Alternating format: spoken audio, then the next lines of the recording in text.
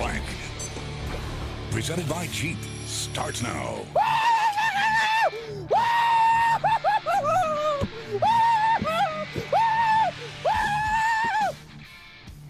Well, that was one of the guys I hung out with when I was playing golf in Michigan while the Buccaneers were beating No Pittsburgh. kidding. Yeah. No, actually, this is what happens with Buccaneer fans when Tampa wins one, huh? Yeah, victory, finally. It only took a few weeks. It was a beautiful thing. Folks, welcome to the Plank. Tom Korn along with John Sable. Of course, the Plank presented by Jeep. We'll be joined by Greg Allman from the Tampa Bay Times. He's the Buccaneer beat writer. He'll get us up to speed on what's going on over at One Buck.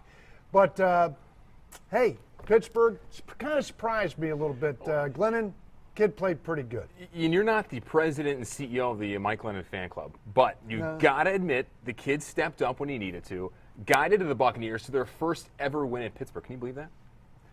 Yeah, I do, because it's an AFC team. Pittsburgh, and let's face it, when the Buccaneers played Pittsburgh, you know, that was before you were born, you know, the Bradshaw years. Right.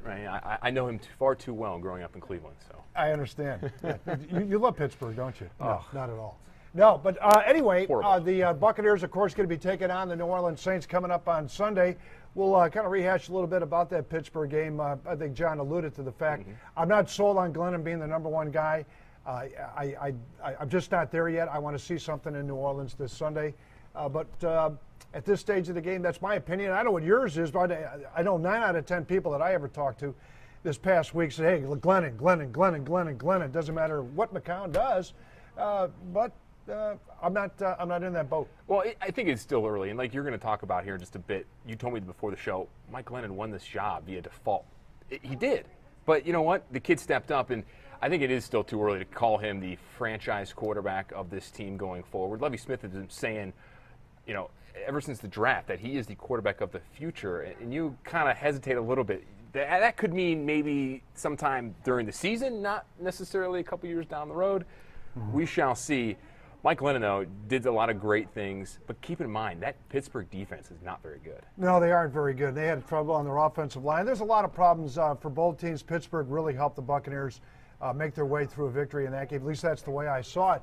We want to remind you, too, folks, this is a call-in show, and this is the number. Should I show it to them? They can read it. There it is, 367-0171. That's 813-367-0171. Right now, though, I'd like to bring in Greg Allman from the Tampa Bay Times, Buccaneer beat writer. Greg, appreciate you joining us again this evening. How are you? Hey, good to be back with you guys. Tom, John, I hope you're doing well. Yeah, we're doing well. Thanks a great. lot for sitting in for me. And if the Buccaneers continue to win while I'm gone, you may be sitting in a lot more, buddy. Greg was the good luck charm last week. Yes, you were. That's right. I didn't think of it that way, but I suppose they're undefeated when I sit in. Right, and let you know the check's in the mail. Thanks, guys. We're glad to be on. I know. Listen, anyway, let's talk about that Pittsburgh game, Greg. Any surprises there at all? Oh, none at all. No, I think there were just the offense clicking as well as it did in the second half. I think we knew the Pittsburgh defense had some holes in it, but no, was surprised how well they were able to exploit things, and I think they surprised a lot of people. It's just a matter of how often or how well they can replicate that against another bad defense this week in New Orleans. Well, I think, Greg, the one thing that stood out to me in watching that game is that the Bucs defense played extremely well. Season-high sacks of, 5? Daquan Bowers, where has he been the last few games? Stepped up, played really well there, too, recording a sack. And, of course, Michael Johnson was injured the week before and was limited in practice, and he stepped up, had a pair of sacks as well. Were you surprised that they got to Ben Roethlisberger, considering that he is such a mobile and can pretty much do anything in the pocket? Yeah, I don't think I expected them to get to him that much. To have 5 sacks, and all 5 really were in the first half. So you think about, that first sack, or not the first sack, Gerald McCoy had the first sack, but on that first drive, Michael Johnson gets the sack and the fumble, and that really set things in motion. I mean, I think them jumping out to a 10-0 lead, even though Pittsburgh was able to come back and lead things 17-10, I think it let them know that they would be in the game and let them know they could play with them. And at the end there, obviously the defense made a big stop just on that last drive to get the offense a chance to come back. And that's one thing we really haven't seen a lot of is the Bucs finishing the game the way they need to win. I think there have been a lot of games in the last year where the defenses had a chance to close out a game and couldn't. And sometimes when Mike Glennon's had a chance late and hasn't been able to drive down the field the way he was at the end of this game. Greg, in your estimation, do you think because of the fact that Glennon was able to bring that football team back to a victory, from an offensive standpoint that maybe Lovey might decide now that you don't have to win football games with your defense, that he may entrust his offense to try to make a run at it down the, at the end of the game instead of trying to do the reversal like basically he said he was going to do at the beginning of the season? Yeah, I mean, Lovey's been coaching football for 35 years now, so I don't know if one game and one compelling win is going to change him too much. I would think it gives him a little bit more confidence in his offense, in Mike Glennon, in some of the play calling they can come up with down the stretch. But I think, he's still going to be Lovie Smith. He's still going to call games the way he's used to calling. I'd like to think he has a little bit more confidence in what they can do in terms of play calling and in giving Mike Glennon a little bit more freedom and that offense a little more freedom to throw the ball some and test defenses a little bit more.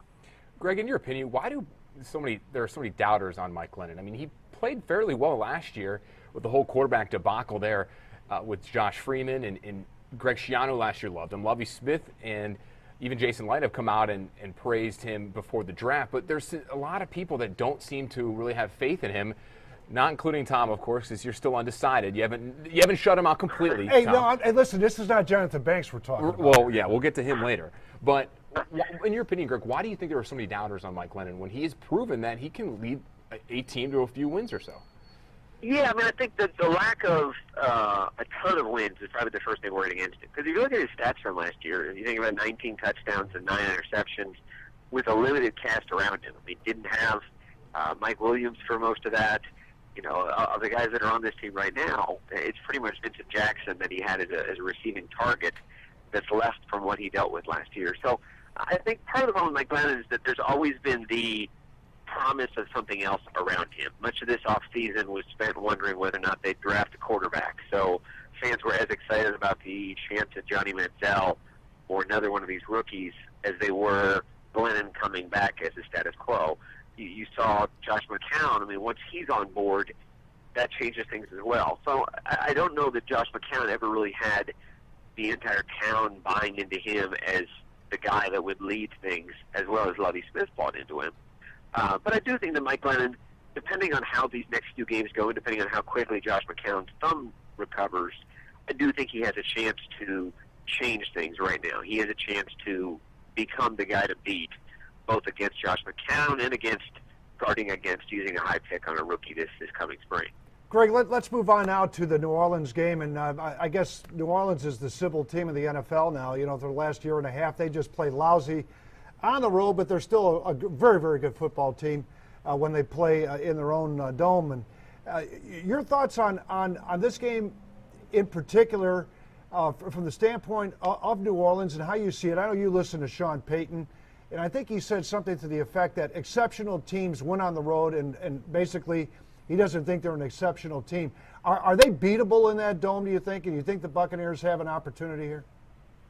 Yeah, I mean, after last week, you don't want to write anything off, because I don't think many people thought they'd go to Pittsburgh and win. But, I mean, New Orleans is easily the biggest difference in the NFL when you think about how a team plays at home and how they play on the road. I think the graphic they put out during the Cowboys game was 8-0 at home and 1-7 on the road. And obviously, the Bucs didn't have luck with them. They lost 5 in a row, regardless of where the games were played. But if you think about the last 2 games in that dome, New Orleans has scored 41 and 42 points in those games. So they click very well, and they have, especially against the Bucs. I certainly think they're beatable just because, as was the case last week, their defense is giving up a lot. So if the offense can even keep Drew Brees in check, let's say they hold that team to 21 or 24 points, kind of like they did with the Steelers, that's a game they could win if they click on offense the way they did in the second half against Pittsburgh. But it has to start with all those things. It has to have turnovers where they haven't been, to the defense getting takeaways, and it has to be more of the same that you saw in the second half of that Pittsburgh game. 83-17, the Bucs have been outscored in the dome in the last 3 seasons. That's incredible. Right now, though, the Saints are struggling. They were embarrassed last week against the Cowboys on national TV. I don't know what happened in that game. I mean, I think the Cowboys just got lucky. The Saints just had a bad game. Like the Bucs last week, again, the Falcons game, they got embarrassed, came back and beat the Steelers. You got to think the Saints are chomping this game at the bit to come out and score. But if I were to think, Greg, this one thing to look at, it's not the offense you need to worry about, because the Saints are going to be putting up the points. It's their defense that New Orleans fans need to worry about. Yeah, and I do think they come into this game in a much different way than the Steelers did. I think the Steelers came in, so red hot after pulling away and beating Carolina as thoroughly as they did on Sunday night. And instead, you get what Dallas did to the Saints in terms of roughing them up on Sunday night. So now you have them hungry to bounce back.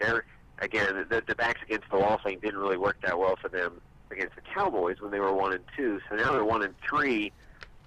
Very much have some urgency if they want to turn things around and be a playoff team to get a win at home against a team that I think the Bucs are 10.5 point underdogs right now.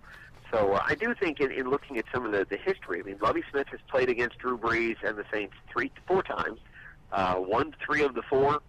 I was looking, and there's only 2 times in the last 5 years that the Saints have been held to 14 points or less at home.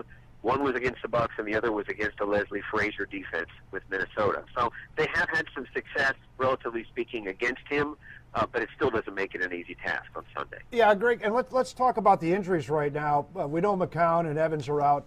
Deshaun Golston, I'm going to assume he's going to be out of the game. He hasn't practiced this week, and I don't really see him practicing. Larry English, I guess he's going to be out.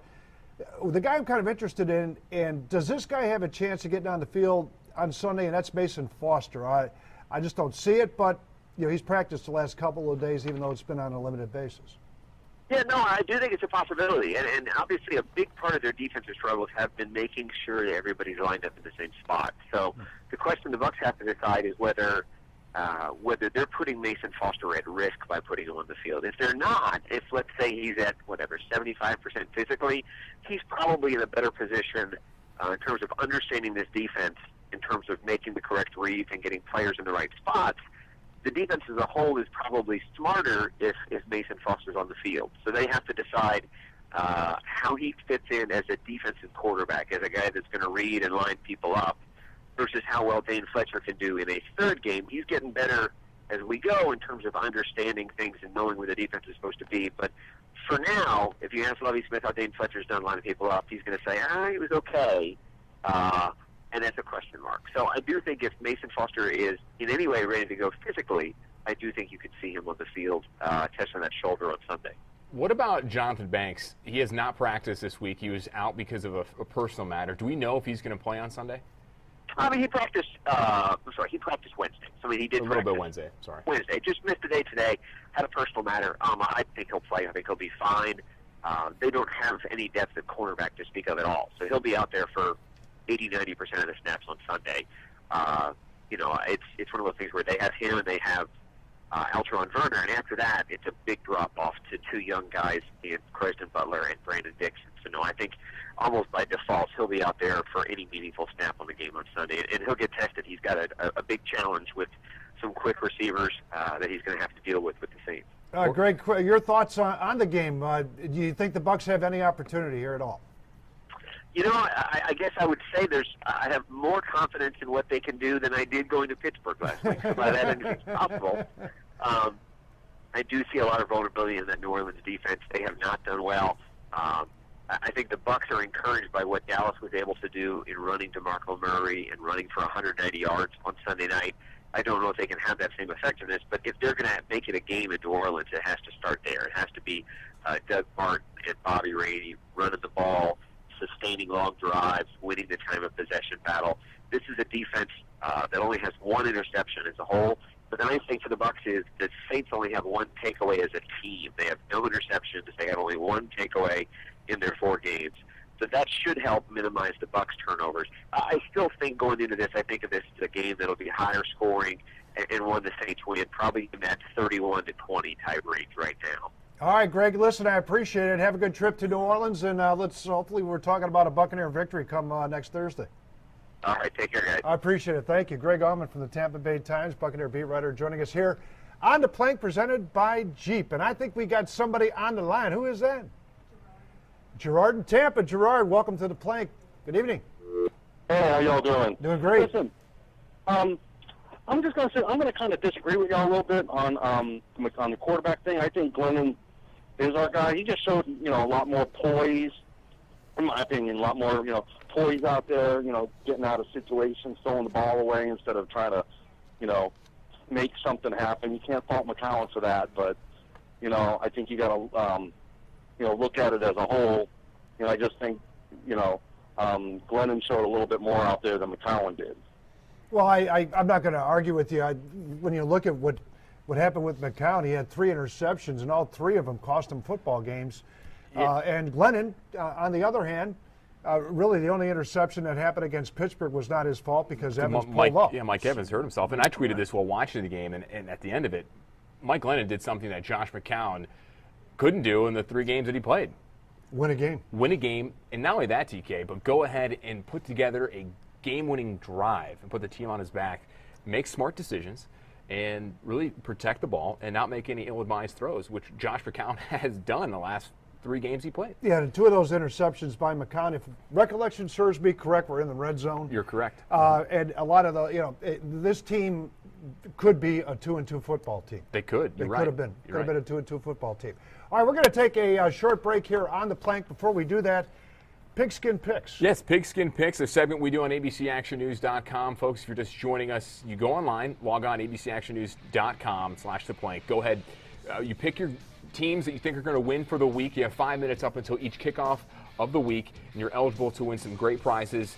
Let's just take a quick look at the leaderboard. Ellis Walker of Bel Air Bluffs in the lead this week for our viewers, followed by our own Dennis Phillips, and then Evan O'Sullivan, our producer husband. So go online, abcactionnews.com every week, and go ahead and pick your picks. Tom and I are dead last. I think, Christy O'Sullivan was telling me that she makes all the picks for her husband. She does. Wow. So I want you to know, if you are watching, Christy just gave it up, man. Yeah.